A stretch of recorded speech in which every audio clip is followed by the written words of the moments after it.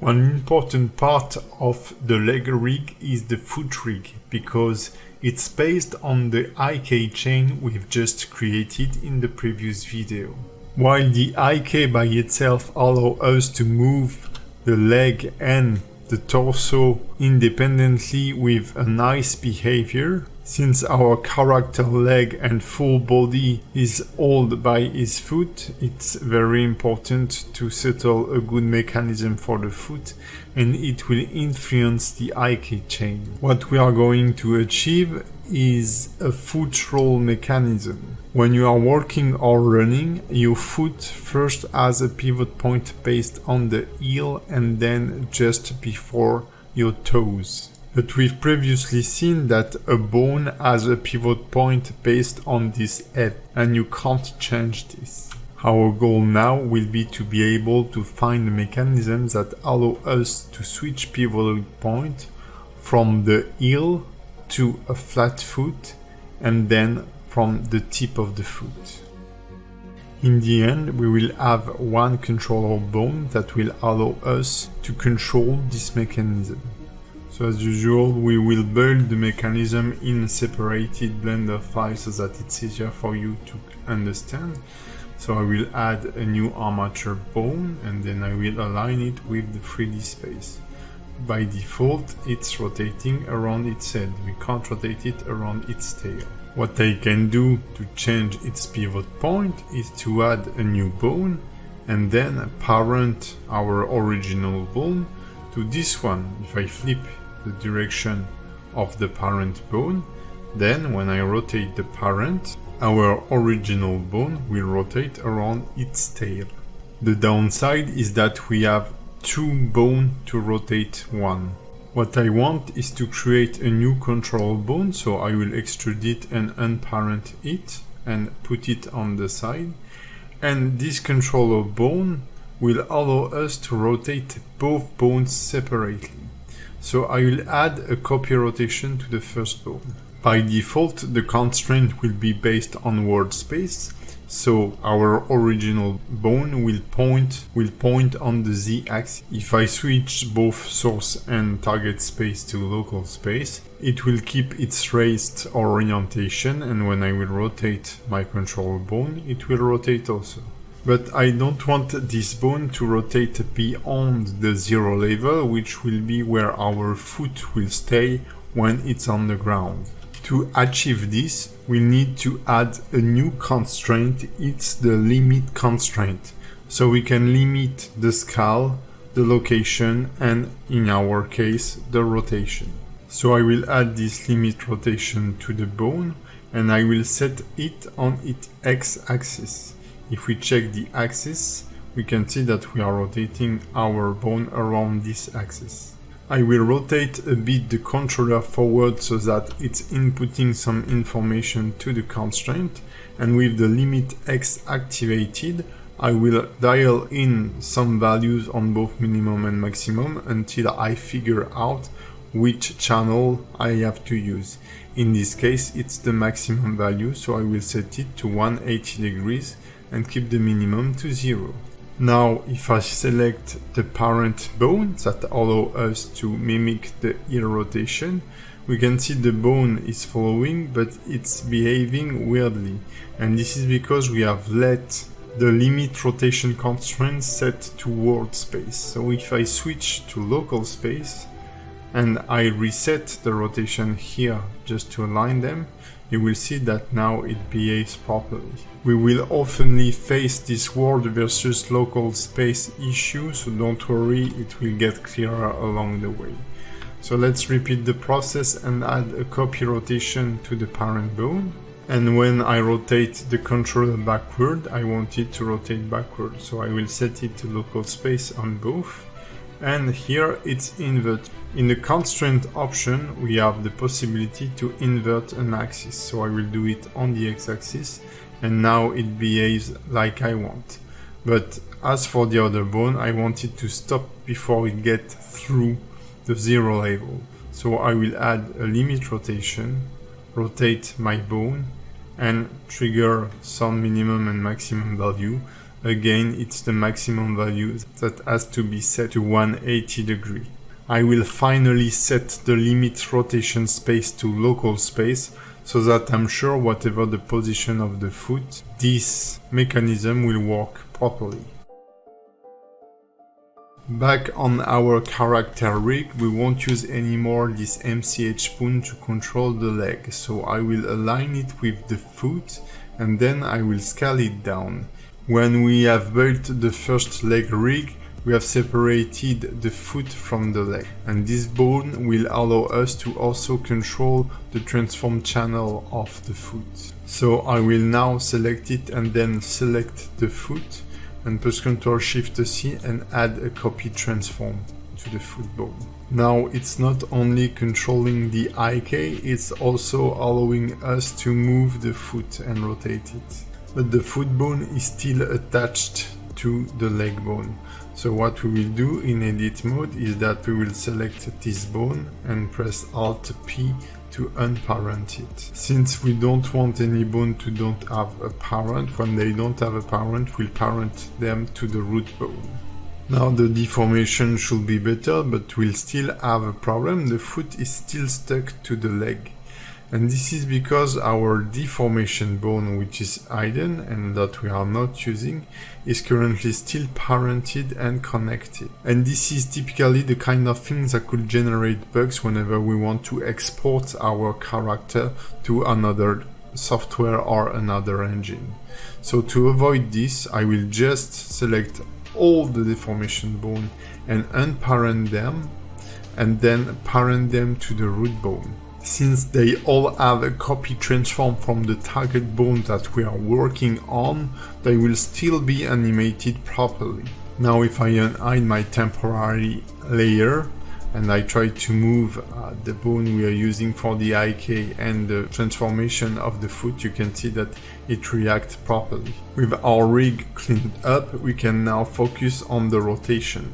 I want the rotation to happen around the heel here and toward the connection between the foot and the toes. So this is how we will extrude our roll bone. Regarding its direct parents that allow us to make it rotate around its tail, it doesn't matter that it's aligned with it. You can extrude it vertically, it will work the same.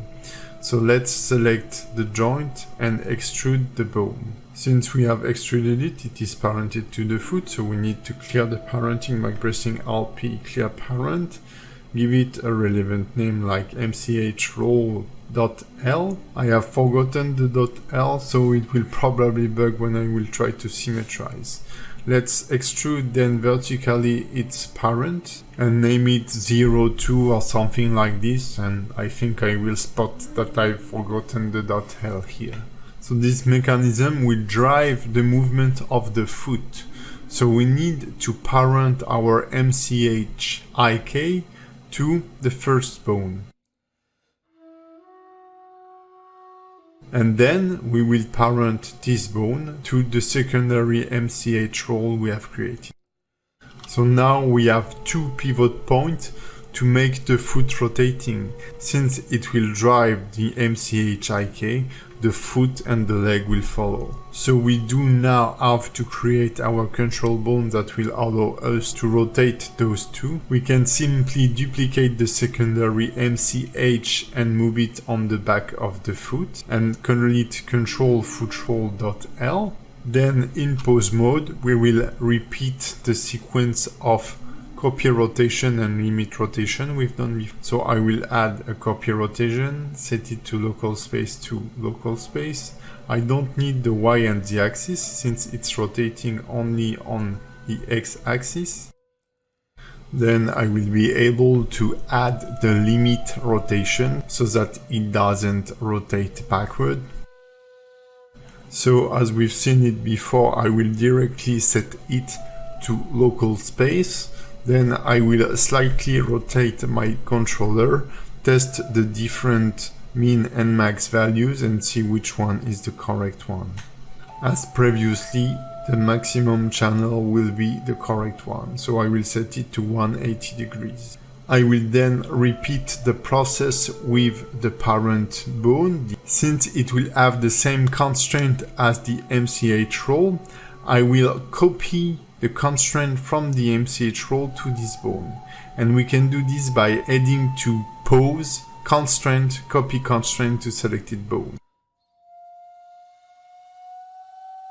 Since the parent bone is not flipped as we did on the previous mechanism, I know I have to use the negative 180 value in the minimum channel to get the same behavior. We have to deal though with the toe bones, because when I rotate the foot forward, the toes are also rotating through the ground, and we don't want this. There are several ways to deal with this, and the most simple is to use a copy rotation. The idea is to get the same behavior as if we were getting rid of the inherit rotation in the parenting chain. But as I told you before, you may never ever do this. So we'll switch it back and we will add a constraint. We will use our MCH foot roll bone to constrain the rotation of the toe. So I will add a copy rotation and we'll set it to local space to local space. Since they are pointing in an opposite direction, whenever the MCH roll bone will rotate, the toe will rotate the opposite direction, so we would feel like it's staying still. Then to be able to control the rotation of the toe bone, we have to check the offset so that we will still be able to add rotation manually on top of it.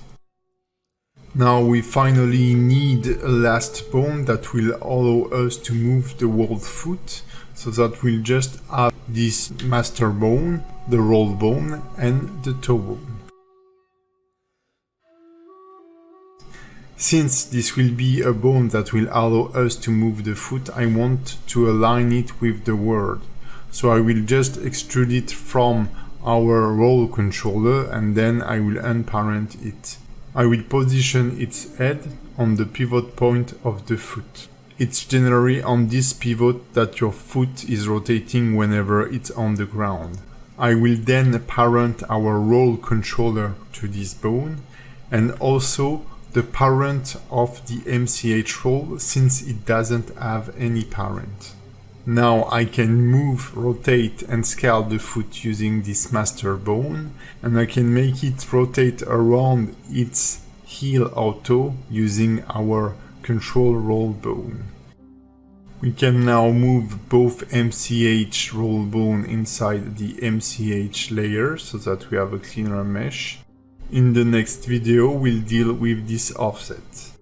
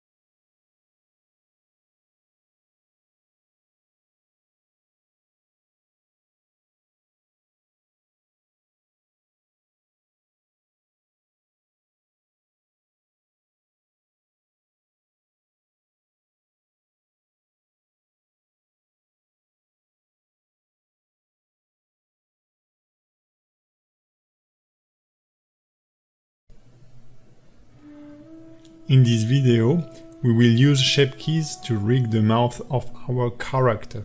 This will be the last video regarding face rigging. While this chapter seems to be pretty limited, don't worry, we will see how to rig the jaw and the mouth bone paste to rig the rigging of the Crimson character. But rigging the lips, the ears, the eyebrows won't bring nothing new to the table. This is why I don't want to deal with those in this informative chapter. We will do this in the next chapter that will be more production focused. You may have already heard about blend shapes if you are interested in animation and stuff like this. In Blender, shape keys are like blend shapes in Maya. They are often used for character animation. The idea is to build different poses for the features of the face and then combine those to create complex facial expression, for example. We can build those shape keys by adding to the Mesh Data tab of any object. Clicking the plus button will add a first element called basis. And this is because shape keys works this way. While each vertex has coordinates that we can see in the item menu, the basis is a snapshot of the coordinate of all the vertices of the mesh. When we will build the shape keys, Blender will read the difference between the basis, the original coordinates of those vertices, and the coordinates of the vertices once we have modified them and moved them in space. So I will add a shape key, and now it's called key 1. And when I enter edit mode, I will build this shape key. So I can see the modification I'm making on this vertex on the z-axis.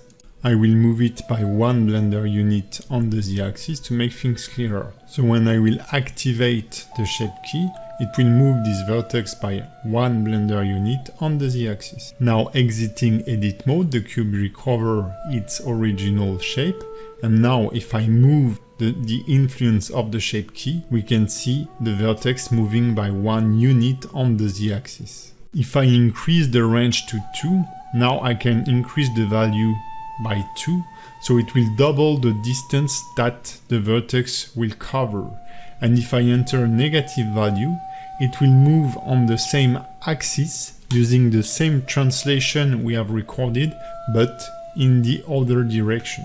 So if I set the range minimum to -2, it will move on the z-axis by -2 unit, and it will stick to the lowest corner vertex. So this is one of the strengths of shape keys, is that once you've set a shape key, you can increase its range and go beyond what you have created. I can create a second shape key, and then I can use both at the same time.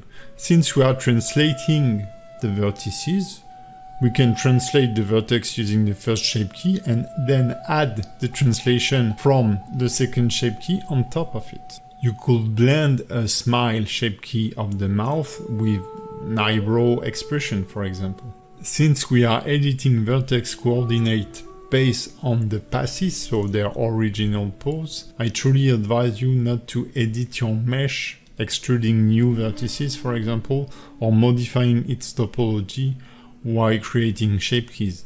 If you do so, you should restart then your shape key creation, because it will get buggy for sure.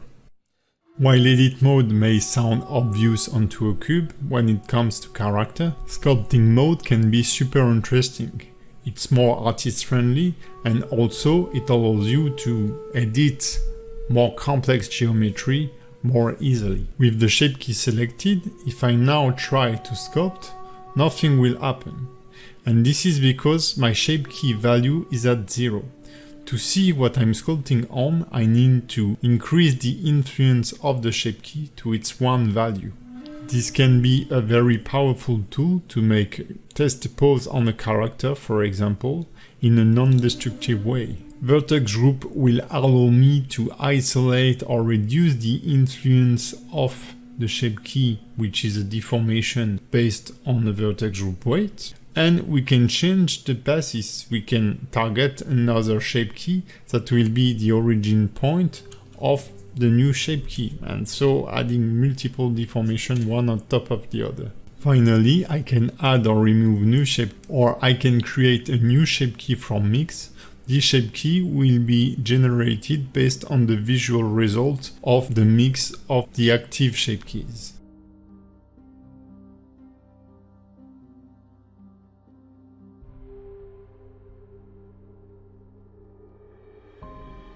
So what I will do now is that on our character bust, I will create a few shape keys that will allow us to create phoneme. So phonemes are pronunciation like A, O, U, E, and the base shape of the mouth. So I've created the basis, And then in edit mode, I will create a O shape with the mouth. So the best advice I can give you here is to find references, or even having a mirror next to you is the best way to achieve nice facial expression, because you can see your own facial expression through different angles. And I do believe that when you are making the expression by yourself, you will be more conscious of what you are doing and the feeling of the shape of your mouth. And so it should be better than in 3D. It's the same thing when you are acting for animation. If you try to take a kicking pose or jump anticipation, you feel your own weight, you feel the position of your legs, you feel the fact that you are losing balance. Those are things that you will try to translate into your animation, and you will try to give this feeling to your character. So from there, what I will do is that I will speed up the video. I will create like 3 or 4 different shape keys for 3 or 4 different phonemes. And then I will just create a few bones, and those bones will be used as drivers to drive the values of those shape keys. So nothing new here, we've seen all those processes before. So I will let you with the time lapse with a pretty slow pace so that you can follow it, but I really don't have anything more to add to this or to explain to this. I do believe you will understand all what I'm doing right now.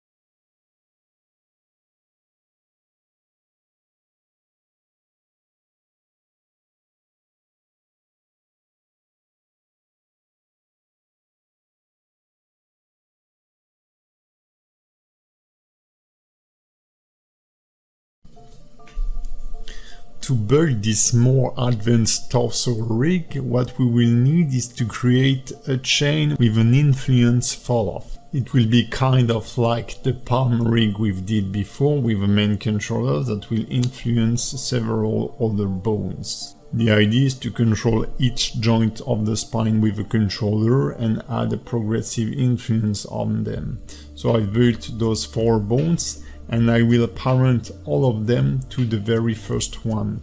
Since we want to create a fall-off in the influence, we can't use parenting. So we will need to use constraints and so create intermediate bones. So I will first display the wireframe mode for the object armature, then I will duplicate this bone and scale them with the individual origin selected.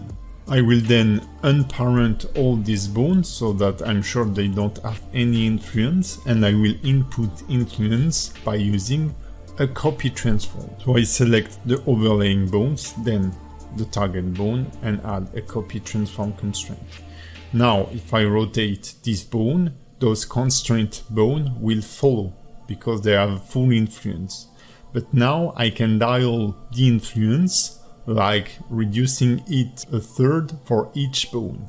And now I get this slight curve in the bone chain. But now that those bones are constrained, I can't really move them. For those with a partial influence, I can move them, but I will need to input more movement to make a visual slight move. So this is not affordable for animation.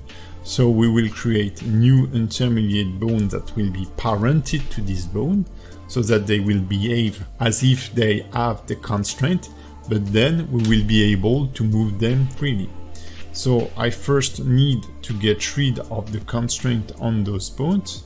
So I will select them and use the shortcut Ctrl-Alt-C that will remove the constraints. So now we are able to freely control those bones, and whenever I move the first controller, this kind of root bone, they will follow. So it will create a nice curve between the bones, and whenever I'm using a translation, they will also have the same fall-off, which is very handy. But whenever we are curving the chest or the hips, we don't want the root bone to move. So we'll just add another bone that won't be parented. And so here I have a nice chain while I'm moving this controller. This will make more sense once we are rigging the real character. So now that we know how to create a fall-off onto our controller, we need to currently drive our deformation bones. So I will create a new bone and separate it on a new layer to make things clearer.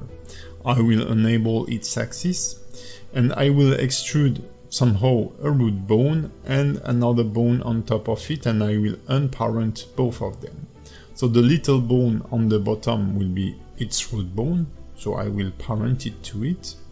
And then we will introduce a new constraint. This will be the stretch to constraint. This will allow us, whenever we move the tip bone, to have this bone to follow and stretch and squash accordingly. So now that I've added this constraint and I'm moving this bone, you can see it stretching and squashing whenever I make it shorter or longer. As for all the constraints, there are a few options that are available.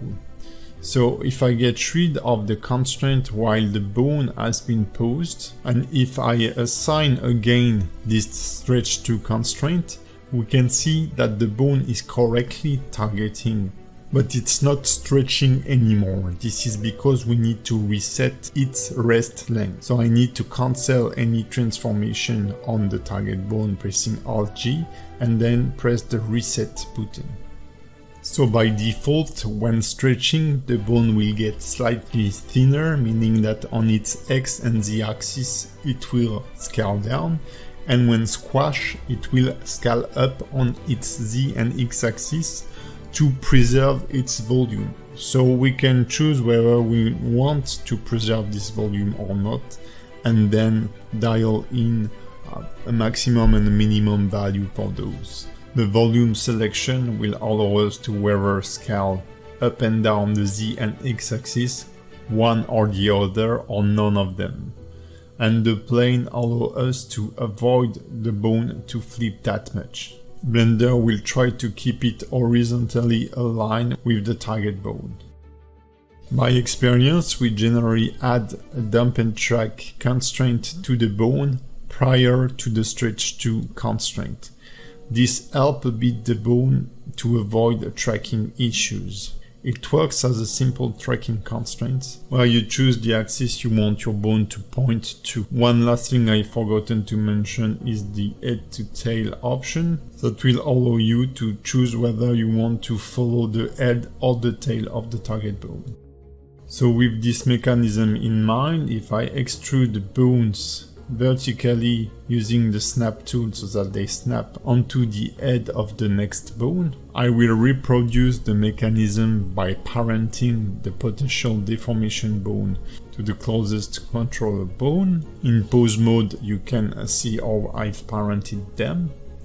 And now I will add the damped track constraint, then the stretch to constraint from the top bone to the lower one.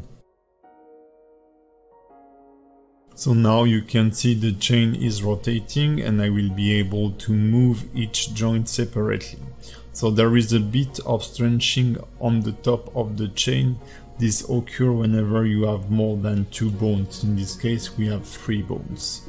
So don't worry, on our chest rig we will have 2 bones from the center to the neck and 2 bones to control the hips. So you should have a better fall off. So as we did on the simple rig, we will extrude a bone backward from the center of the pivot between the hips and the chest, and this will be our control torso. This will allow us to move the whole torso and to give it a base orientation. We will then duplicate this bone and scale it down. This will be our control hips, and we will create the same mechanism as we've just seen before. So I will duplicate it and scale it down, and then I will parent it to the control torso. I will name it control hips, and then we can proceed with extruding bones from the head of the hips and the joint in between. As usual, since those are bones I want to be able to move in space, I'm extruding them on the y-axis so that they are aligned with the world space. These are the 2 bones that will constrain our deformation bones. I will clear their parenting, then I will parent the last bone to the control hips, so that it follows the rotation or any transformation of the hip. If I now parent the first deformation bone from the hips chain to this very last bone, the hips will follow any transformation of this bone, so they will follow any transformation of the main controller. Then I want to create the fall off mechanism, so I will select the bone in the middle, I will duplicate it and scale it down. I will duplicate it again so that I will have a child bone, a constraint bone, and then a controller bone. So I will press Shift D and scale it down again. This last bone will become the child of the control hips, and I will call it the MCH hips, while the bone in between will be the MCH intermediate, and the last one will be the control tweak for the hips. While the smallest bone is parented to the control hips, the 2 other will be parented to the control torso, so that the control torso allows us to orientate the whole torso, while the control hips allow you to swing, move, or squash and stretch the hips. So we can now add the constraint from the smallest bone to the intermediate bone, so it will be a copy transform. So now it perfectly follows the small MCH bone. If I reduce its influence at 0.5, it will stay in between the controller tweak and the small MCH. So if I now parent the controller tweak to this bone and parent the deformation bone to the controller tweak, I will have the fall off in the deformation chain. We just now need to add our damped track and stretch 2 constraint to each bone. With the control tweak selected, I will then shift select the deformation bone beneath and add a damped track and a stretch 2 constraint. Since I've reset all the transformation from my bones, I don't need to reset the rest length of the stretch 2 constraint. We need to add the same constraint from the controller hips to the next deformation bone. And now our lower torso is finally rigged, so whenever I will rotate the control hips, I will see the chain rotating properly, and I can move it in space. I will have a nice fall off, and I can move each joint separately. The upper torso look a bit funky because we need to parent this bone to the control torso. Since it was parented to the bone beneath that was stretched, it deformed pretty badly. You may have noticed that one of the vertices was not correctly assigned and it was a bit floating, or there was this pointy shape here. So I will just fix it, select this vertex and assign it to the leg deformation group. I will then repeat the process we did for the lower chain to the upper chain. So I will duplicate the control hips bone to create a control chest bone. I will then extrude our 2 tweak controller from both deformation chest bone, parent the upper one to the control chest, and parent the middle one to the control torso, because this is the one that will be constrained. Then I will duplicate it, scale it down to create our MCH intermediate and MCH bone. So I will duplicate again, scale again down, and this very last bone, I will parent it to the control chest. Then in pose mode, I will use this bone to constrain with a copy transform the intermediate bone and add an influence of 0.5, and I will parent our control tweak to the constraint bone. Now the chain is following. I can parent the upper chest bone to this controller bone, and then add the damped track and stretch 2 constraint from this bone to the lower one. Then I will select all the bone and cancel any transformation. I will select our controller on the root of the neck and add from it a damped track and a stretch 2 constraint to the chest bone. Here it seems I have a small parenting issue. This is because the MCH intermediary is not parented to the control torso. Once fixed, I can test the rig and tweak a bit the influence of the copy transform in the middle bone. So I think I will set it to 0.7 to get a better deformation fall off. This really depends on the distance between the intermediate bone and the last bone.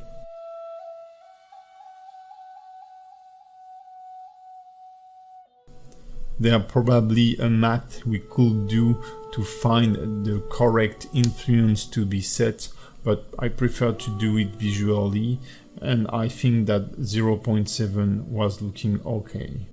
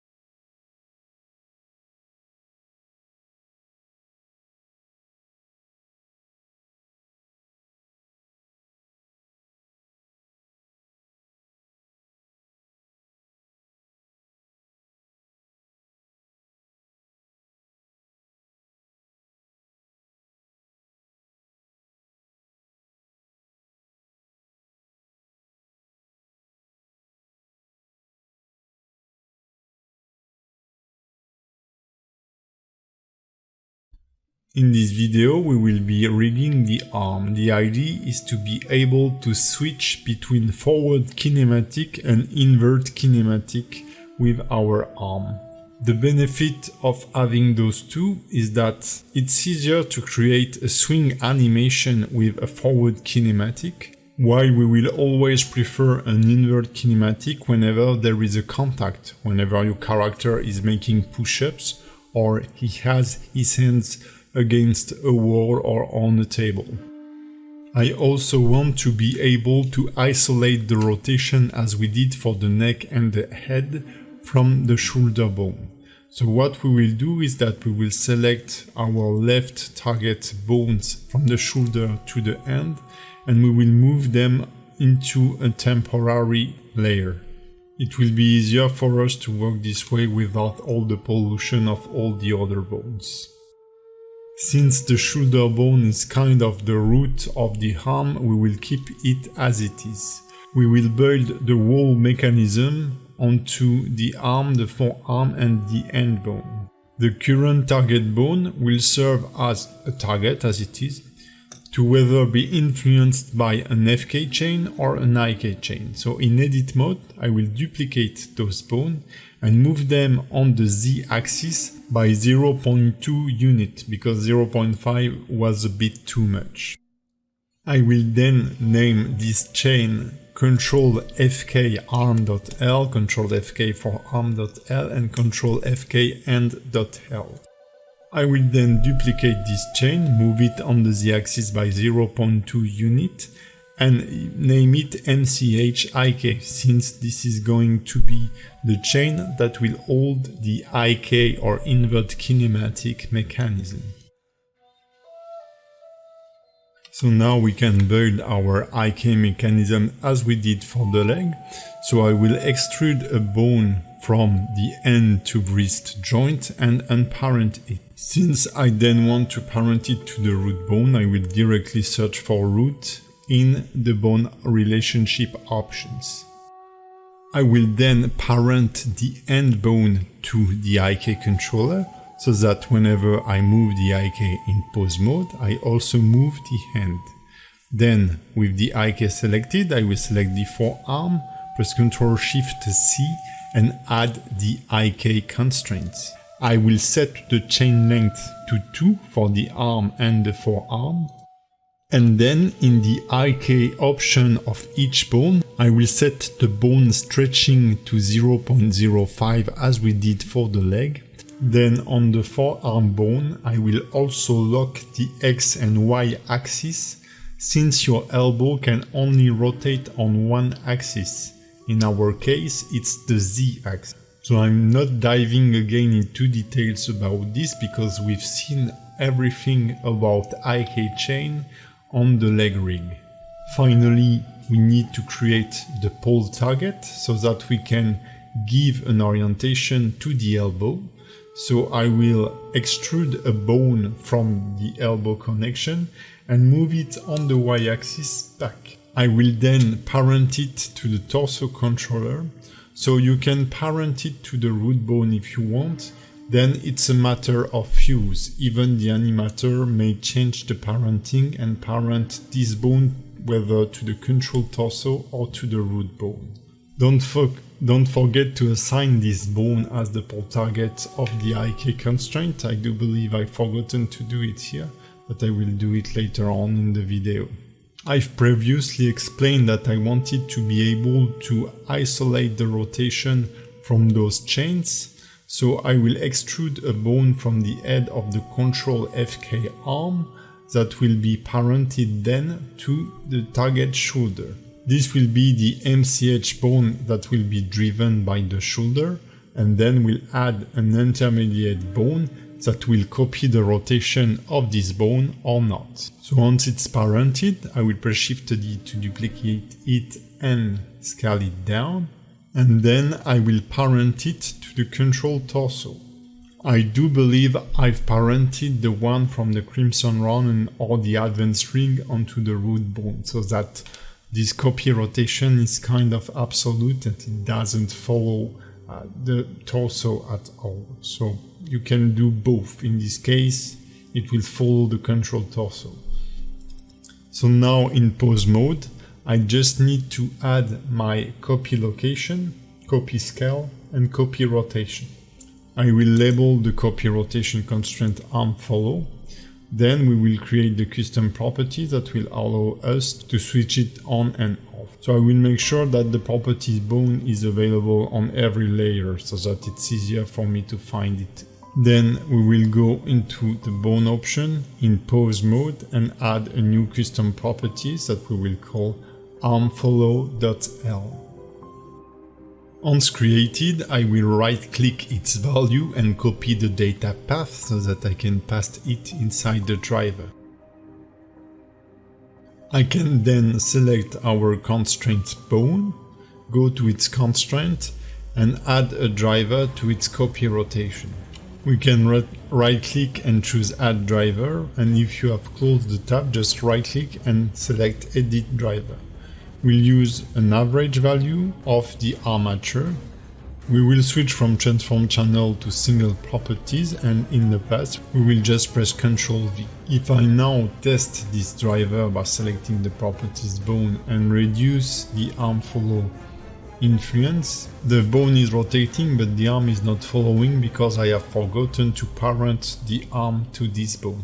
So I will select the Ctrl FK arm.l and parent it with keep offset.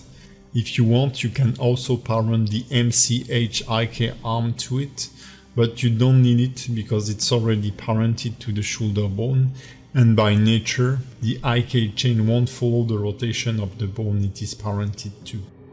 Now we need to create the famous switch. So what we will do is that we will first transfer the influence of the IK onto our target bone.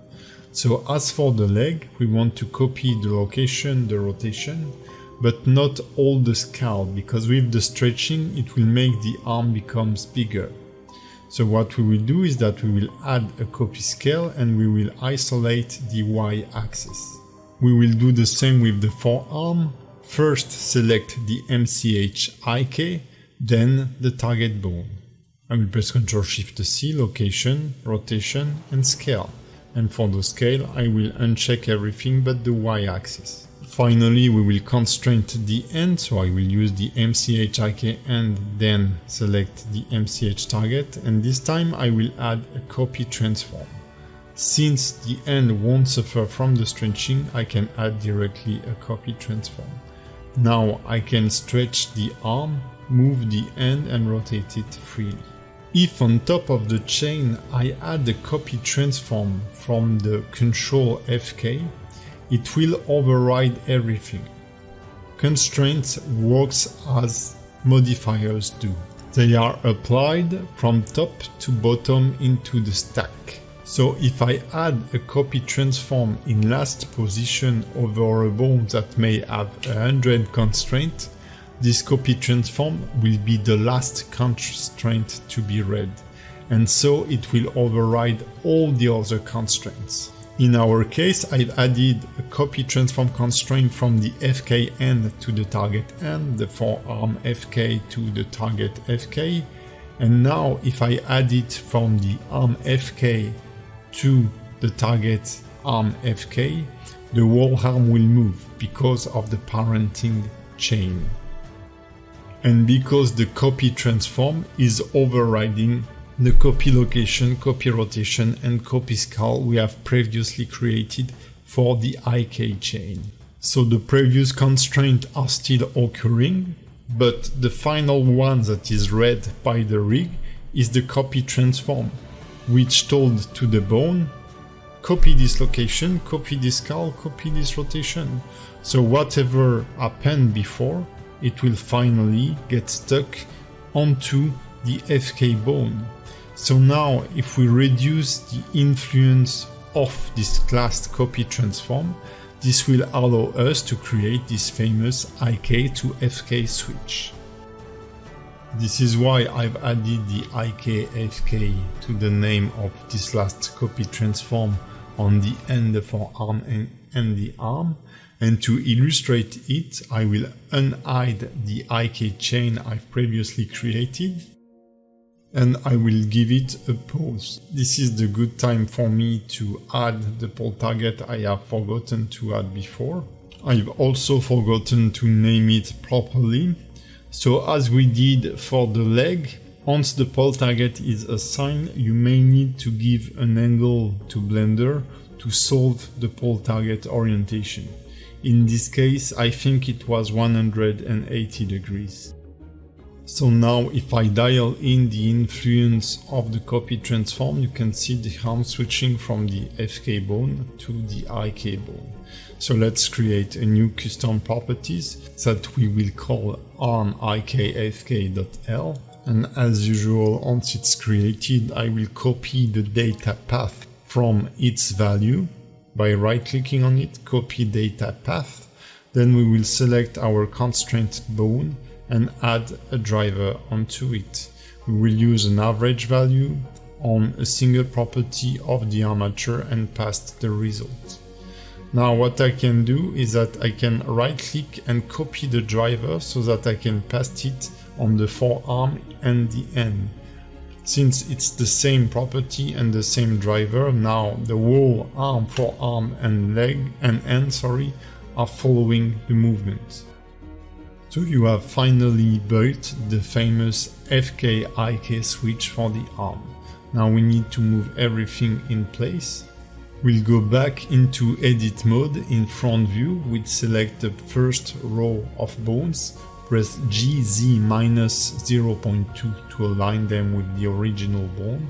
Repeat the process, GZ-0.4, and now the bones are aligned. Once we have checked that everything works properly, we need to symmetrize the rig. So what we will do is that in edit mode we will unhide everything, make sure that all the layers are available, select all the right side and get rid of everything. Then I will select all the bone on the left, right click and select symmetrize. Back in pose mode, you might have a bug on the IK chain, which is perfectly normal. We have some time to modify the pole angle of the IK so that everything works fine. In this case, I need to reset it to 0. This is due to the fact that we have symmetrized the rig, and so on this side the IK don't have the same orientation.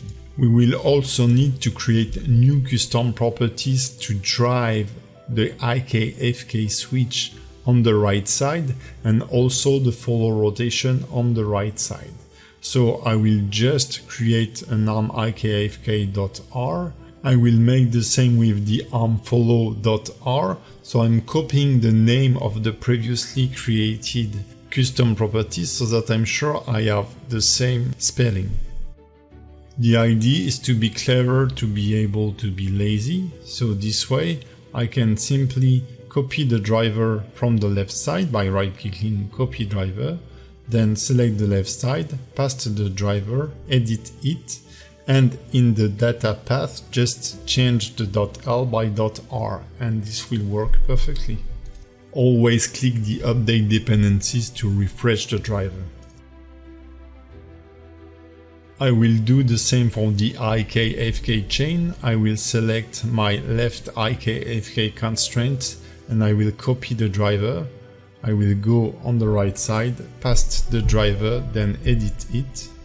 Change the .l in the string to .r. Then I will copy this driver and paste it along the right arm chain.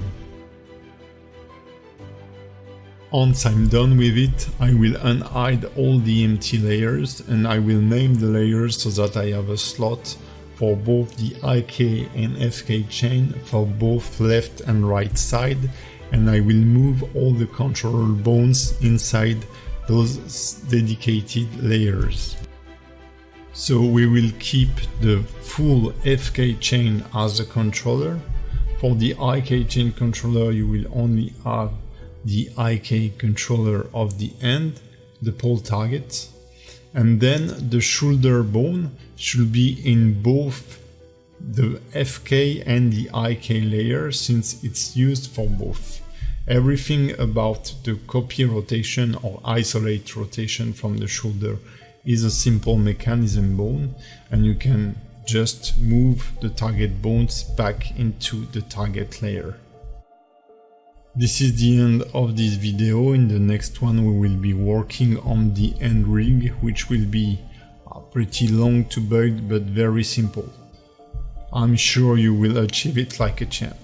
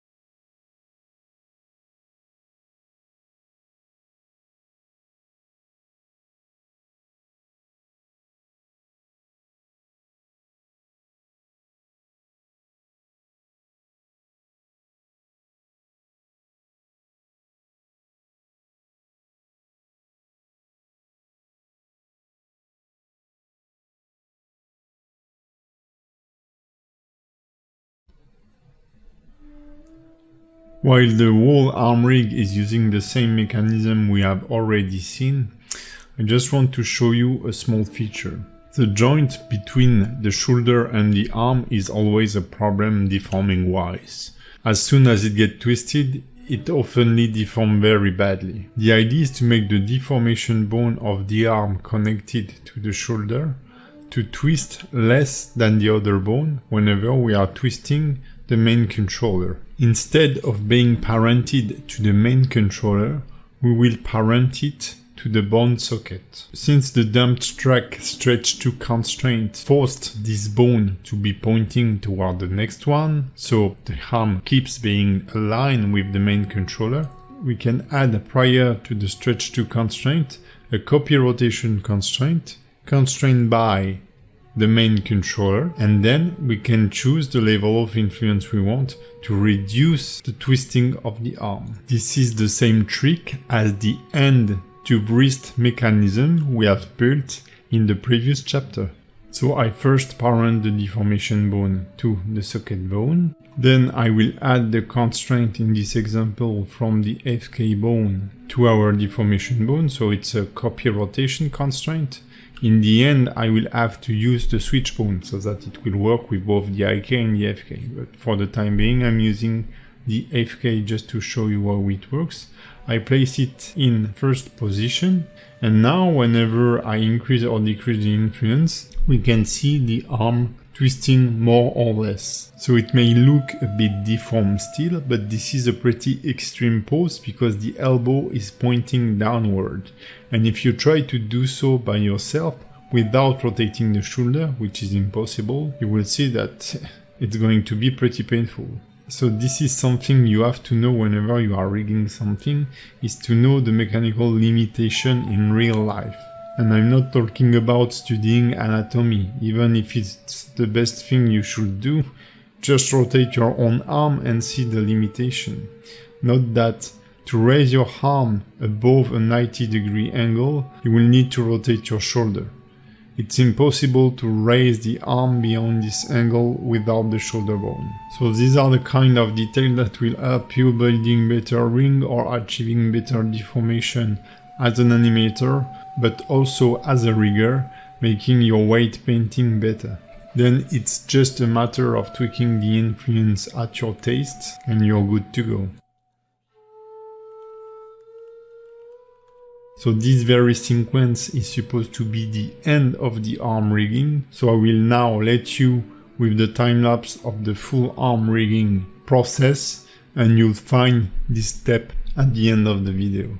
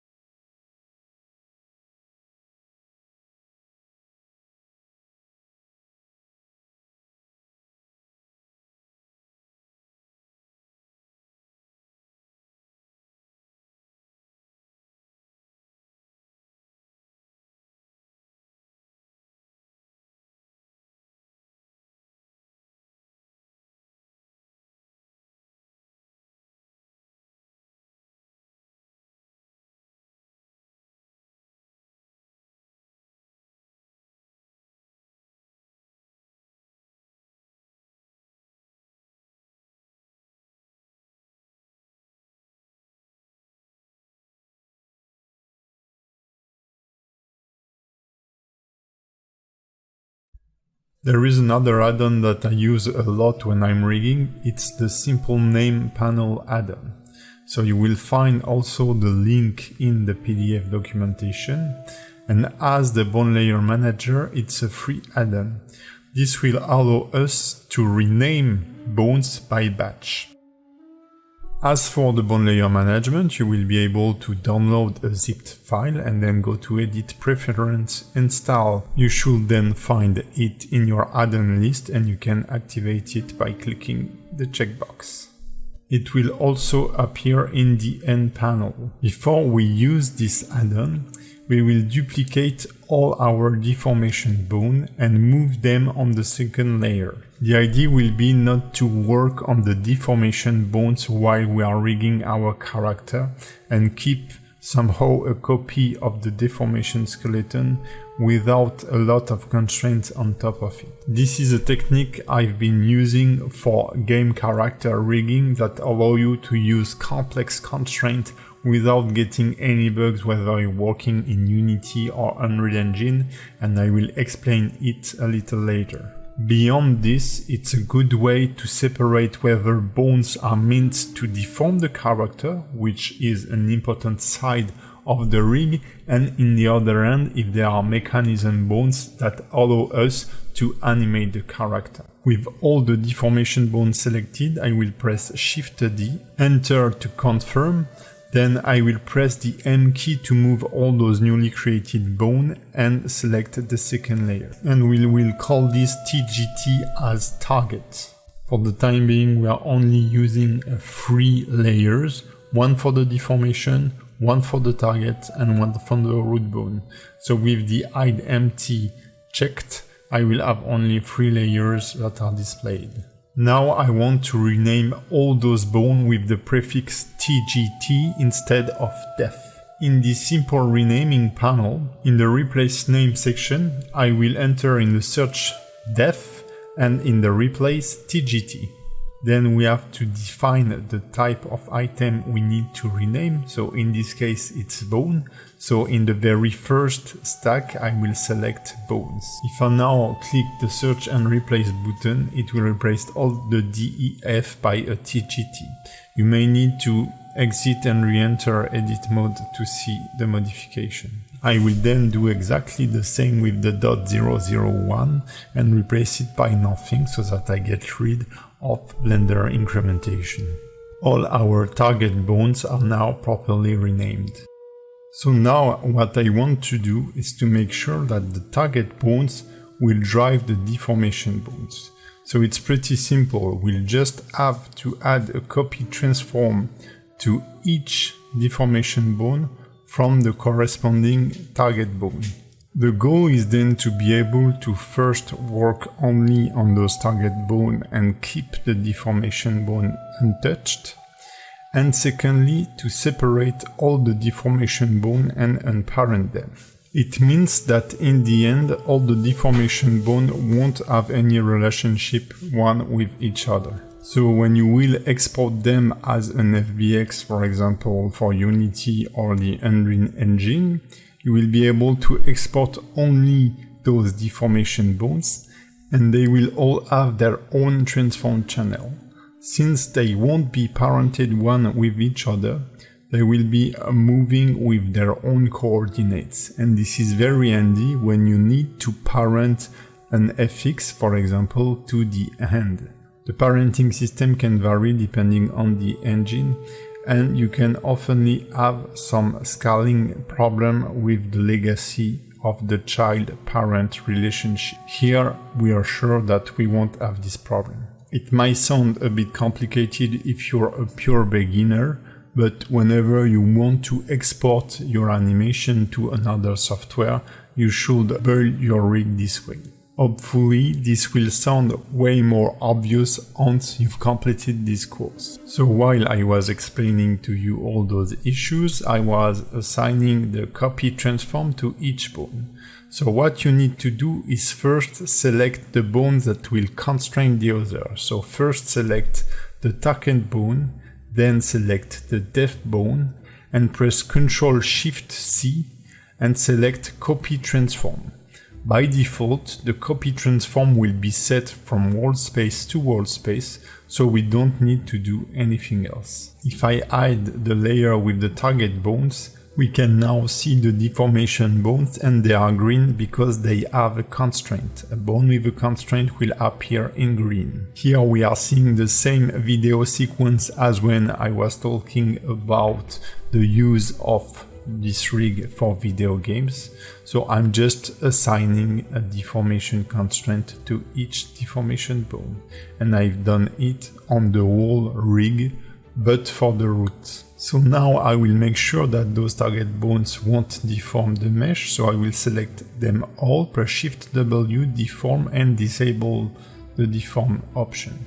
This way I'm sure that Blender won't create unnecessary vertex group when I will parent the bone, when I will parent the mesh to the rig. But right now we are kind of missing something, it's half of the rig. To symmetrize the rig, it's very simple. I will select everything in edit mode, so make sure that all the layers are enabled. I will right click on it and click symmetrize. Since we have correctly named our bone with the .l suffix, it will automatically generate the same rig on the right side with the .r suffix. So now I can assign this armature to the model.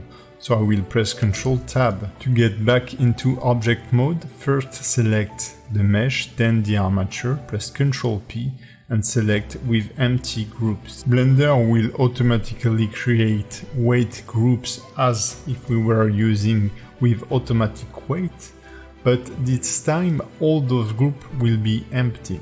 So why doing so? This is because our mesh is mainly made of spare parts. So it will be way easier for me to assign each of those parts manually than to correct an automatic weight that could be sometime approximated. So now with the mesh selected and in edit mode, I can press L hovering over those parts and assign them with a full influence to the spine vertex group. And I will then repeat the process for the head, the neck, the shoulder, etc. For the shoulder, I will just roughly assign a few vertices around the shoulder bone and then we'll refine it with some vertex painting.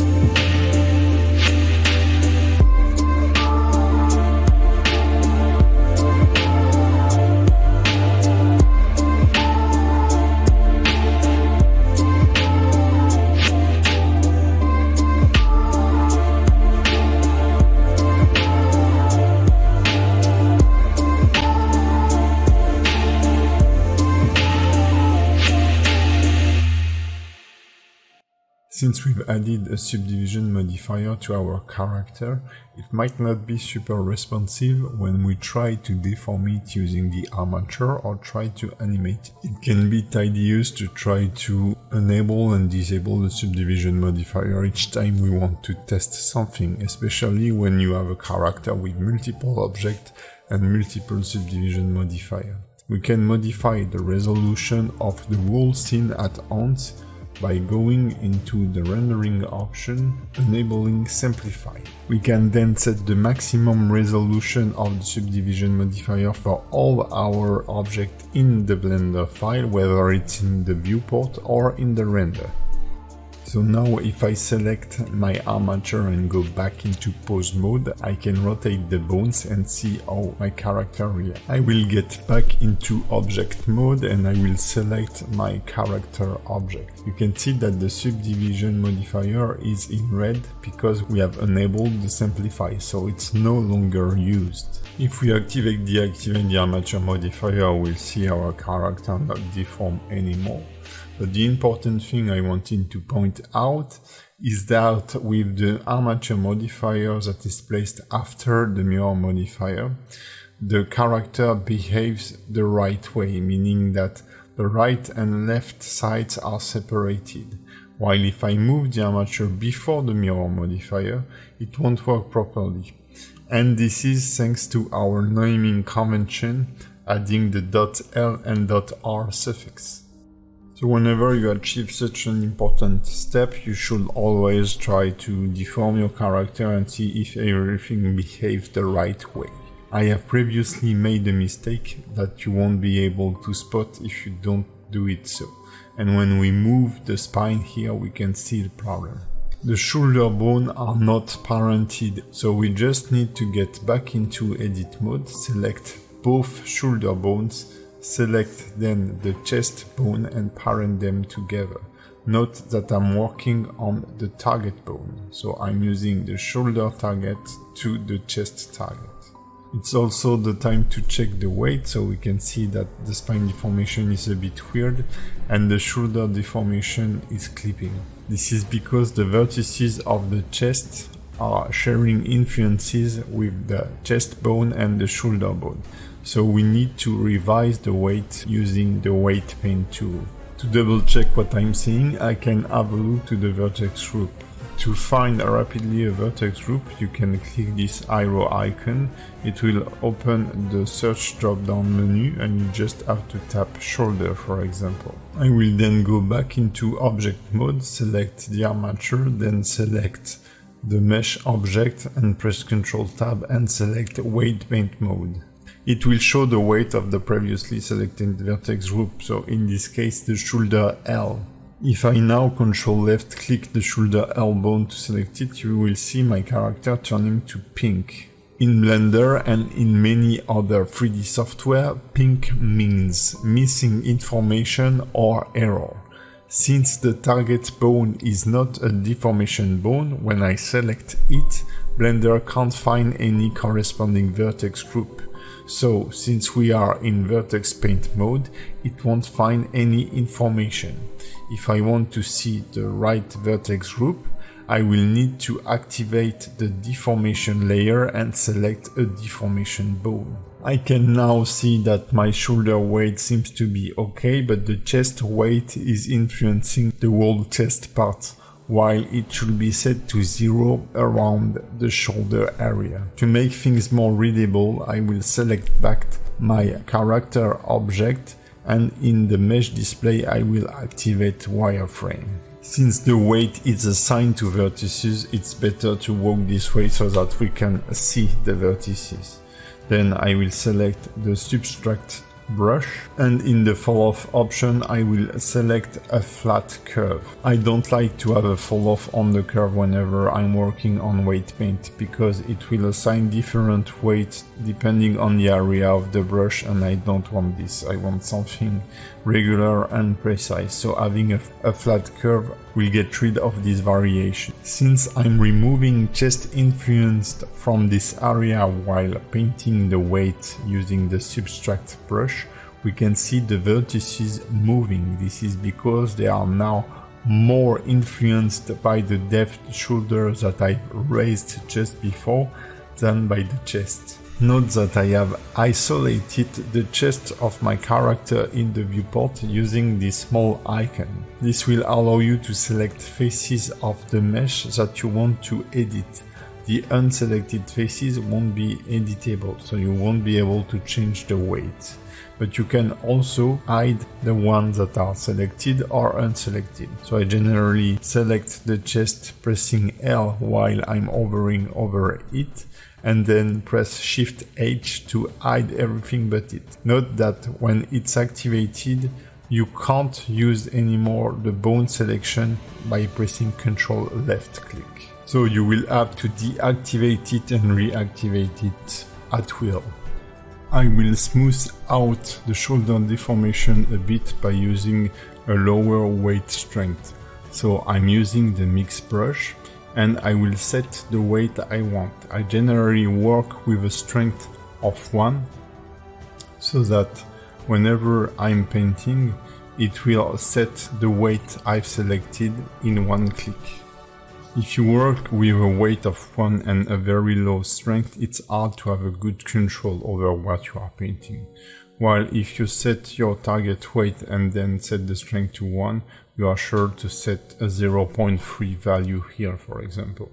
So in this case, I will switch to a 0.6 value to get a nice fall off. This is the way I like to work to have a nice control over my weight paint. I see a lot of people that have a lot of fall off on their weight paint because they have used the automatic weight painting and then they don't properly clean up their weight. Generally, a bone influence is more or less around the bone. So if your arm is also influencing the chest or the forearm or stuff like this, this is not correct. Even if you have a visually decent result, you should correct it. It will be way more obvious for further enhancement. Regarding the spine influence, I want the hips to also deform this area so that it will bend instead of simply rotating. I will do it in edit mode since I have a really well defined edge loop, it will be easier. So I will first reduce the spine influence on this middle edge loop by saying the depth spine group and set a weight to 0.5 and click assign.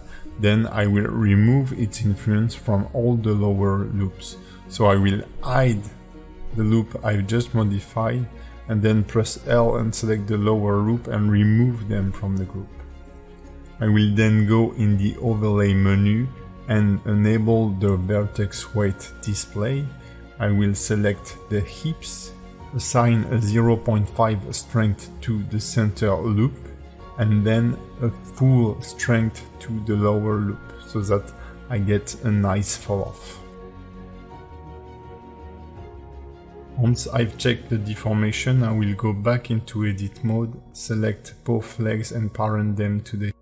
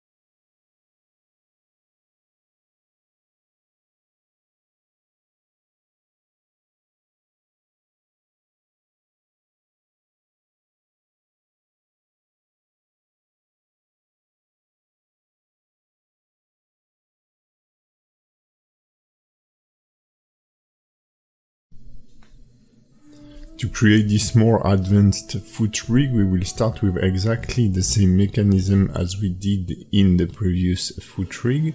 So I will enable the temporary layer where we have all the IK chain, and I will select the joint between the toe and the foot and extrude a bone toward the heel. This is the bone that will be used to rotate on the forward axis. Then I will extrude vertically another bone that will allow us to switch pivot, and I will parent the first bone to this newly created bone. I will duplicate the last bone and move it on the y-axis, and I will unparent it since this will be our foot roll controller. Then in pose mode, I will add a copy rotation to the first bone and a limit rotation. Both constraints will be set from local space to local space. And since this bone is supposed to be rotating only on one axis, I will select the controller and set a XYZ Euler rotation. Now when I rotate it on the x-axis, I can see the movement. To avoid the rotation beneath the ground, I will add the limit rotation, set it to local space and test the different angles. As for our previous rig, I will have to add the minimum to 0 and the maximum to 180 degrees. Since I want exactly the same constraint on the parent bone, I will first select the parent bone, then select the foot roll bone, and I will go to pause constraint, copy constraint to selected bone. Then I will need to revise the limit rotation by minus 180 degrees and 0 for the maximum input. Now we have our functional foot roll mechanism. So now we need to parent the IK bone to the foot roll bone. So from there you should be able to use the mechanism with the leg moving.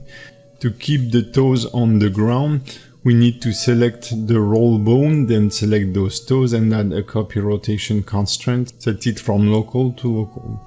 Since those bones have an opposite direction, this will cancel the rotation of the toe bone. As seen before, as soon as you add a copy rotation constraint to a bone, you can't rotate it anymore unless you enable the offset option. Then I will call this bone the control toe ik.l.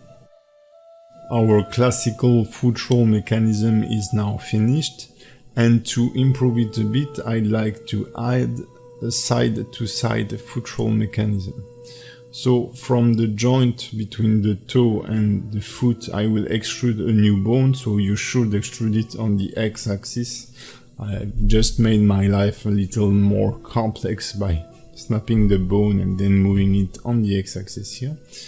Unparent it and then move it so that it fits the edge of the foot.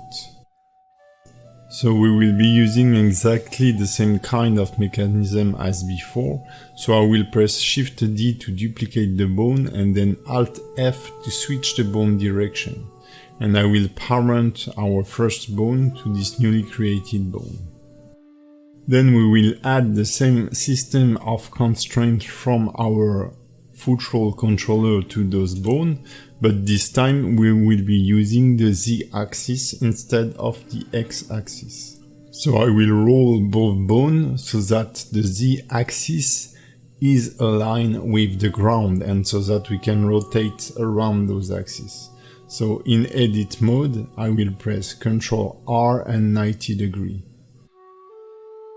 Since I will be using the same constraint as on the other bones but on a different axis, I can still copy the constraint from the foot roll bone and then just change the axis from X to Z on both constraints.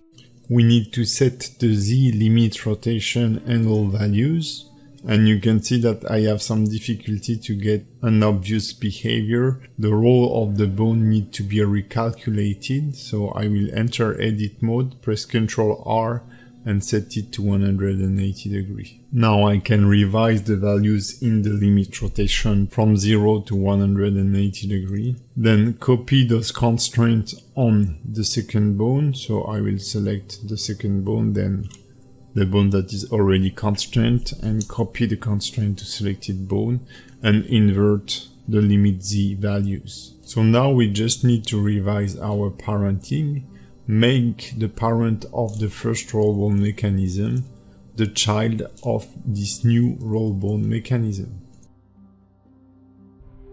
Then getting back into pause mode, if I select my main controller, press R, X, to force the rotation on the X-axis, I will have my regular foot roll, and now if I do RZ, I will add my side foot roll. So the mechanism is done. Now we just need to create our master controller for the whole foot. So with the cursor snapped to the toe joint, I will add a new bone, align it with the word, move it on the Z-axis so that it's aligned with the ground, and we will parent all the unparented or orphans bone to this bone. So we will need to parent our foot roll controller and the very last bone that is in the mechanism of the foot roll. Now we need to organize our layers, move all the MCH bone in the corresponding layers, and then symmetrize the whole rig. So this is something we have done a lot of times, so I will let you with a time lapse. The only thing I want to point out here is that we had some problems with the deformation of the thigh, and as I told before, this was a problem of naming. So whenever I've tried to symmetrize the rig, we can see that I have a thigh.r.001 and it doesn't correspond to the group on the other side, which is depth thigh02.l. To fix the problem, you just need to rename the group on the right side with the same name as on the left side and just change the .l in .r, and this will work perfectly. During the time lapse, I will deal with the symmetrize, and then I will create all the custom properties that will allow us to switch between the IK and the FK mechanism for the leg, and also that will allow us to enable or disable the copy rotation from the hips. So as usual, I will just double the speed on this time lapse so that it is still easy to follow.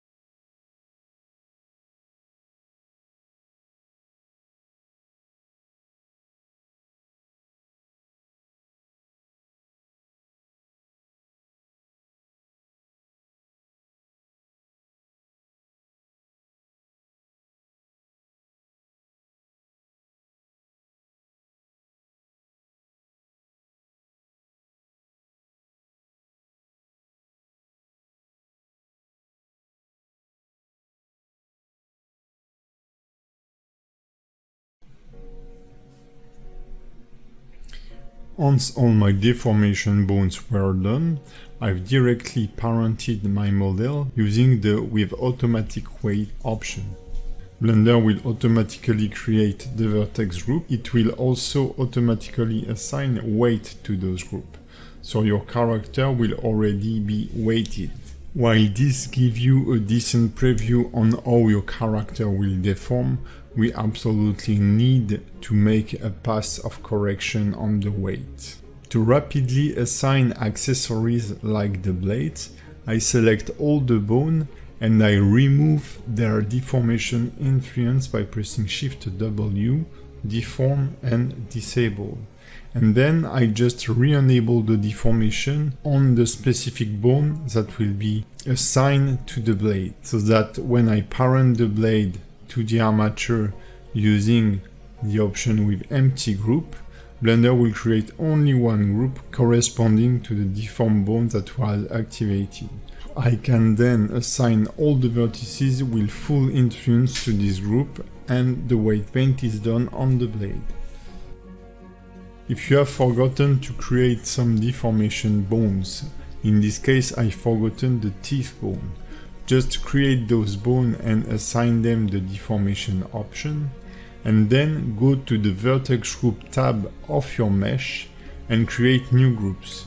If you name those groups with the same name as the bone, you will then be able to assign the vertices to this group, and Blender will understand that it has to associate them to the newly created bones.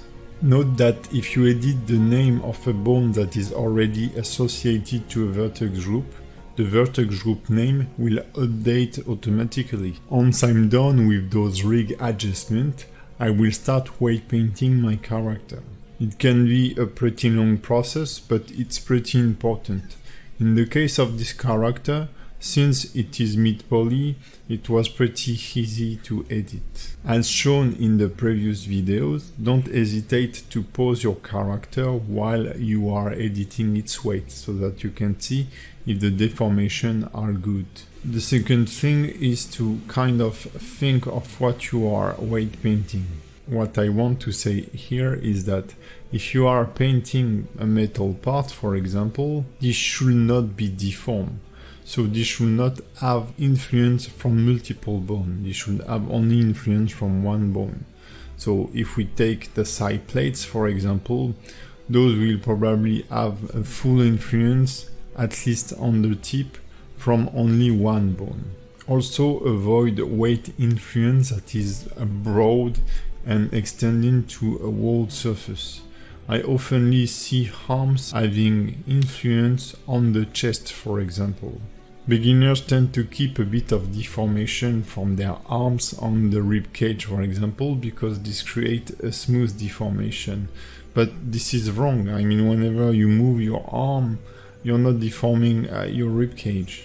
So don't hesitate to clean up your weight painting, especially for fingers, for example, where I often see one finger bone having influence on the next finger, which is totally wrong.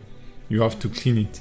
Even if visually there is not that much influence, just clean it so that your weight paint will be just perfect, or at least it will be professional. Here I'm editing the weight paint of a cloth piece that has a chain of bone in its center. So it makes sense for me to add the same way to the wall crossing loops. This is why I'm editing its weight in edit mode. I select the loops and then I assign them the same weight value. I've previously paused all the bone and I'm just trying to get a nice and smooth curvature by progressively increasing or decreasing the influence of each bone one on top of each other. So there is no magic rule here, I'm just visually editing the influence of the bones. I will now let you with a time lapse.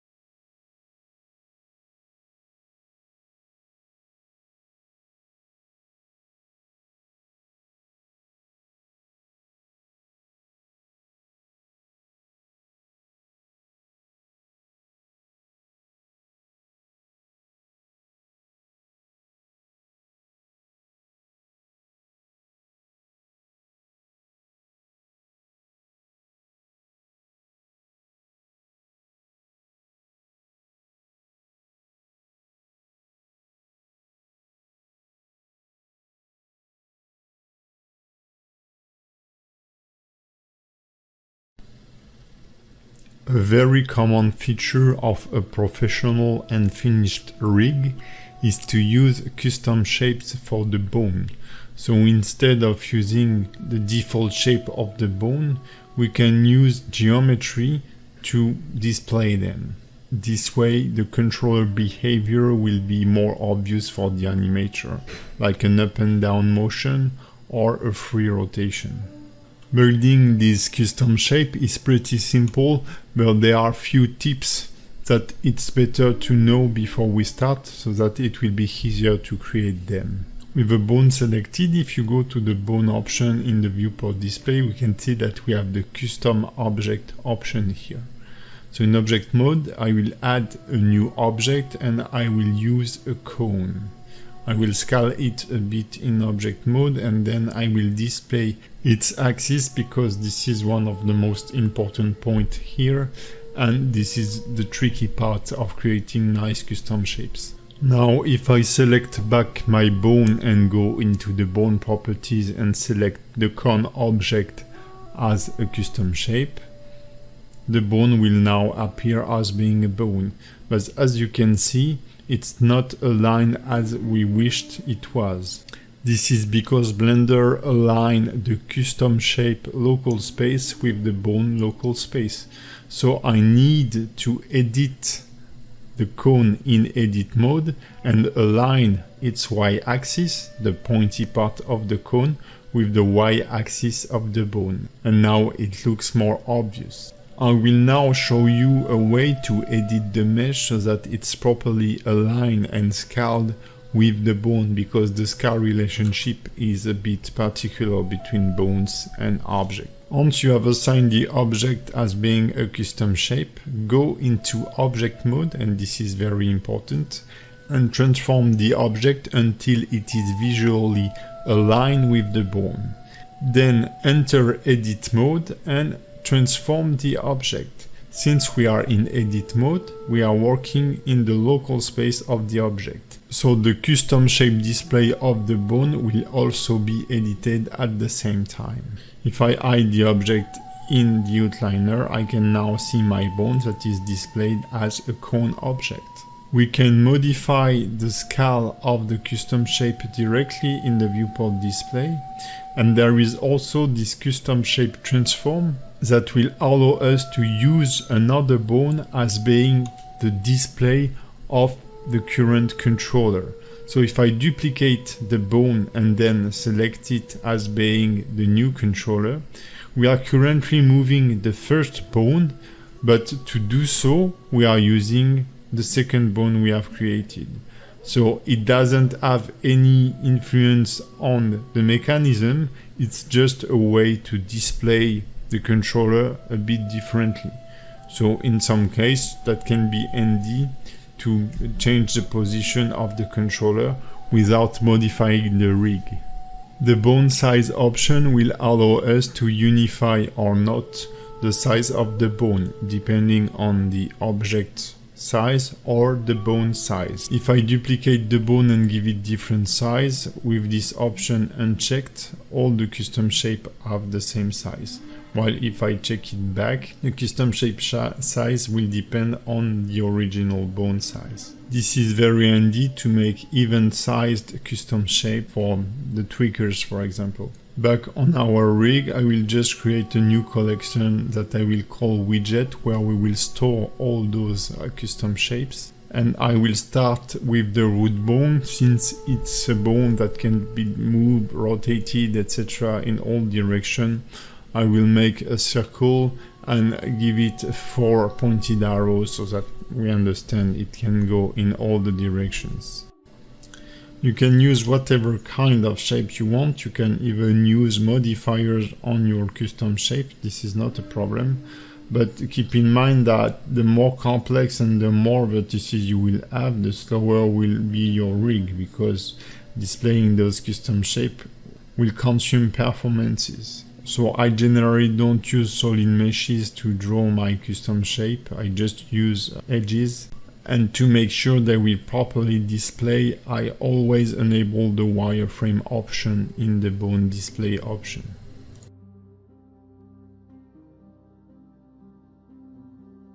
Since there is nothing more to know about custom shapes creation, I will let you with a time-lapse. In this time-lapse I will be creating all the custom shapes, and I will also create the bone groups as we did in the previous chapter. Once we are done with this rig will be finished, and I'll see you in the next chapter.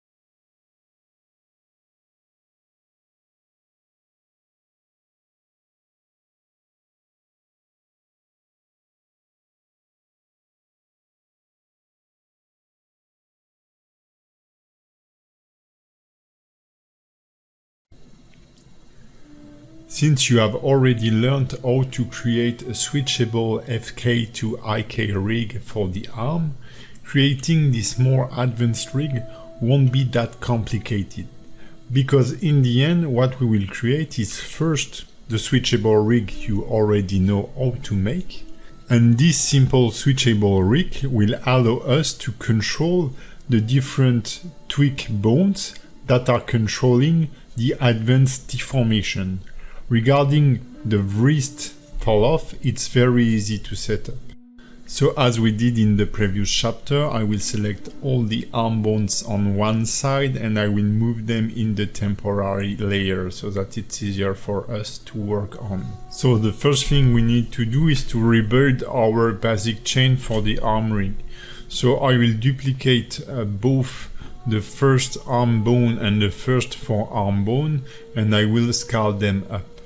Then, using the snapping tool, we will snap them whether to the wrist joint and to the elbow joint. I will parent the forearm to the arm bone, and then I will snap the cursor to the elbow, and then snap the tail of the bone to the elbow. Repeat the process with the wrist, snap the cursor, then snap the tail of the bone to the cursor. Theoretically, those bones should be aligned to the underlying bones, but I prefer to double check.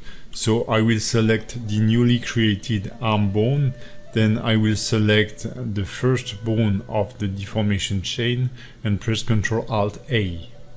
I will repeat with the forearm, Ctrl Alt A, and then I will Shift D, duplicate the end bone, select those three bones and move them on the Z axis, so G, Z, by 0.2 units. This chain of bone will receive all the constraints that allow us to switch between FK and IK. So I will call them accordingly with the MCH switch IK FK.L. Then I will duplicate the whole chain once and move it on the Z-axis by 0.2 unit. And duplicate it again and move it again by 0.2 unit on the Z-axis. One of the chain will be the FK mechanism and the third chain will be the IK mechanism as we did before. Since we already have seen how to build this kind of ring, I will speed up a bit the video, but I will still re-explain what we are doing. If you don't feel comfortable with the next sequence, don't hesitate to get back to the appropriate video. So to build the IK rig, I will first extrude a bone from the wrist joint on the Y-axis. This will be our IK controller, and I will parent it to the root bone. Then from the elbow I will extrude another bone on the Y-axis that I will move back and also parent to the root bone. This will be our pole target. I will then parent the end bone to the IK controller. Then in pose mode, I will add the IK constraint to the forearm. I will reduce the chain length to 2, since the bone chain includes the forearm and the arm bone. And then I will set up the pole target. So the arm gets flipped. So I need to set up the pole angle. Generally it's 180 degrees. Now I need to go in the inverse kinematics option of each bone, lock both X and Y axis since the elbow can rotate only around the Z axis, and add a value of 0.05 to both arm in the IK stretch so that the IK arm can stretch. I can now build the constraint hierarchy from the IK and FK bone to the switch bone. First, a copy transform constraint from the IK end to the switch end. Then I will add a copy location, a copy rotation, and a copy scale from the IK to the switch. And in the scale, we will uncheck X and Z so that only the Y axis will be affected by the scaling of the IK stretching as we did before. This allows us to get an elongated effect to the bone instead of having a global scaling. And we need to add those constraints to both the forearm and the arm. Then on top of this, I will add a copy transform from all the FK chain onto the corresponding bone of the switchable arm. As you already know, this constraint will allow us to build the switchable mechanism. Since it's a copy transform and it's the last constraint in the stack, it will override all the previous constraints that allow us to follow the IK chain. So whenever it has an influence of one, it will override the IK chain, and so we will be using the FK mechanism. So now that the chain is built, I will create the custom property and add the driver so that we already create the switch on our properties bone. We've seen this several times, so I will just set it into a short time lapse.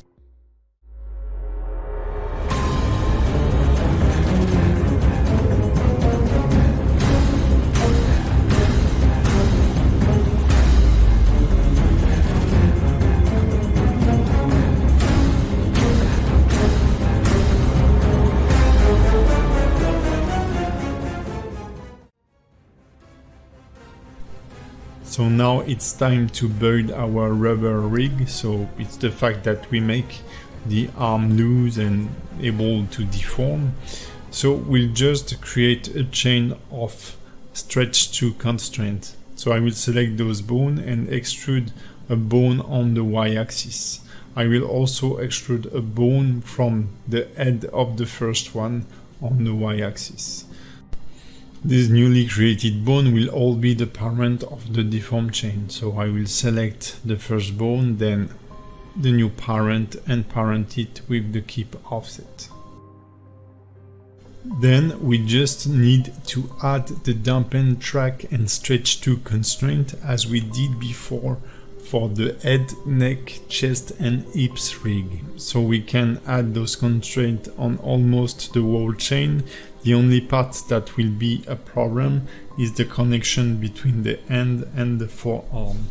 The reason is that the hand is parented to the forearm and we want to constrain the forearm with the hand.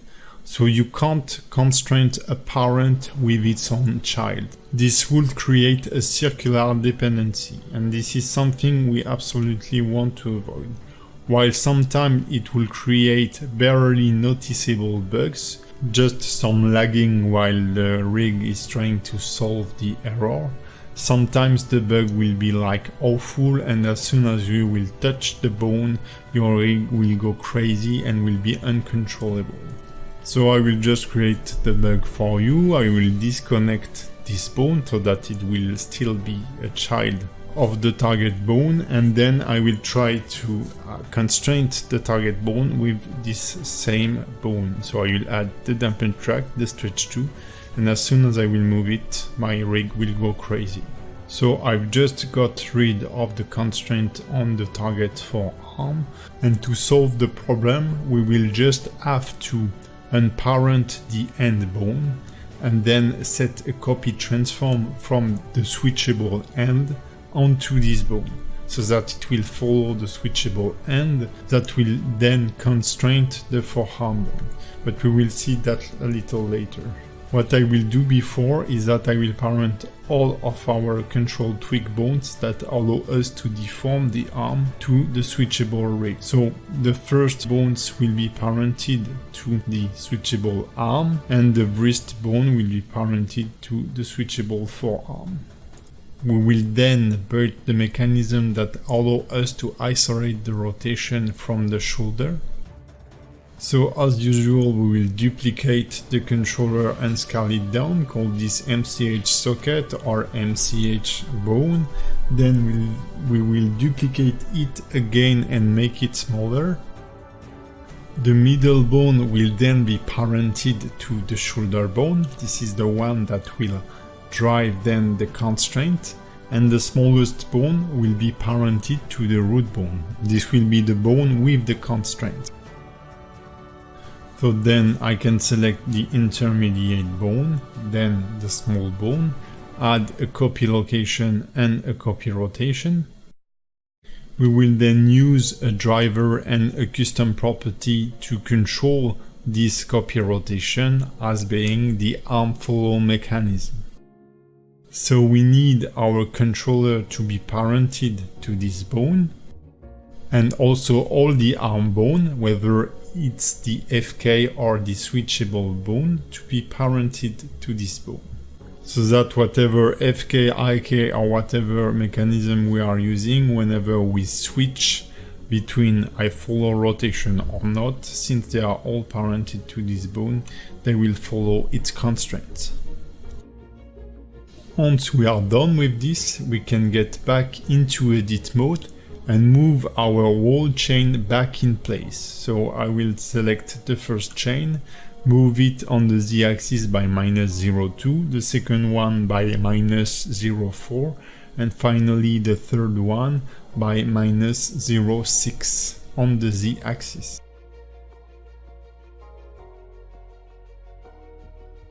Finally, I have to add the constraint I forgotten before to control the end and the last forearm bone whenever we have faced the bug. So currently we need to select the MCH switchable bone and add from this bone to the target end bone a copy transform constraint. Since the target end bone is now constrained by the switchable bone, and the switchable bone can be constrained whether by the FK or the IK chain, we can now control the end whether with the IK or the FK mechanism. So the only thing we have to do now is then to select this target end bone and constrain the forearm bone with a dampen track and a stretch 2 constraint. But what about our rotation or twisting fall off in the forearm? To clearly understand this new mechanism and how we will achieve it, I will recreate the forearm. So I have this main bone parented to a small root bone, and I will extrude another bone that could be the end bone. I will unparent it so that it's now unconnected, and I will add a damped track and a stretch 2 constraint to the forearm bone. So whenever I'm stretching on the end, the forearm will follow, but if I twist the end, the forearm doesn't rotate at all. If you have a look to your own forearm, whenever you are twisting your hand, your elbow won't be rotating, but your wrist will, and there will be some kind of strange fall off between your wrist and your elbow, because the two bones that are controlling your forearm are slightly crossing each other, allowing you to create this motion. So I now do believe that you know how to copy a rotation from a bone to the other. We will add a copy rotation constraint, and now the forearm bone is copying the rotation of the end bone, but they are no longer connected because we have lost the influence of the stretch 2 constraint. But we have learned before that the constraint order is important, and this is the problem here. What if we move the rotation constraint in first? Then it means that the bone will first copy the rotation, and once it has reached the correct orientation, it will then be influenced by the stretch 2 constraint. Its tail will snap back to the head of the end bone, and this will solve our problem. So now if I twist the end bone, we can see that the underneath bone is twisting also. Whenever I move the end bone, the underlying bone is still pointing at it. Then it's just a matter of dialing with the influence of the rotation bone to have more or less fall off in the rotation.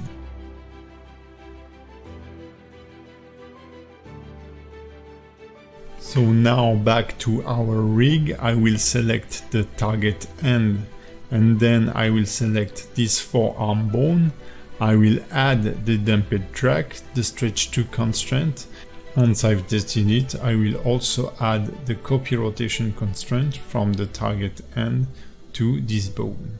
I will move the copy rotation in the first position, so you may need to enter and exit edit mode to see it updating. Then I can play with the influence and set the one that fit the best my character. So in this case I will set it to 0.5. It really depends on your topology, your weight paint, etc. But generally with 0.5 you should have nice results. So one thing that is not that important on this character is that we can add the same mechanism onto the root of the arm on the very first target bone. Arm to shoulder connection is a real pain regarding rigging whatever kind of character you're doing. So having this kind of fall off can be interesting. In this case I add a constraint to the target bone from the MCH switchable bone, and I will add a copy rotation as we did, and I will reduce its influence to 0.5. Since our character here is disconnecting member, we can't really see the benefit. But whenever you will have a skinned mesh or a character with, let's say, a human body or something that look connected, this fall off will help. And we can also build this kind of fall off on the hips, the connection between the legs and the hips. This will help deformation, and we'll do it in the final chapter on the Crimson Ronin character. If you have been able to follow the course till now and you've understood everything, you've understood the most complex things I will show you regarding rigging. We have built pretty complex mechanism, and we have learned to create custom properties and driver that allow us to whether use one or the other of those complex mechanisms. So that's really great. There are still a lot to be covered, but you learned the hardest part. You will probably need to repeat the process before being able to rebuild this kind of rig on your own without this reference. But believe me, I still check out my own references whenever I'm building this kind of rig, because I still need to switch on my brain, and that's not that obvious. But if you understand the mechanic behind rigging, you should be able to solve every problem. The idea is to create layers and layers of mechanism and dependencies. Not trying to put all the mechanism on one bone, but use different bones that are using different mechanism, and then create an hierarchy between those bones. Then there are some specific rigs that are more tips and tricks to be done, and this is the kind of thing you get with the experience. But really focus on understanding the mechanism of rigging and how to do it properly. So I will finish the video with a time-lapse where I will be symmetrizing the rig as we have done a lot of time before, and then organizing it in different layers.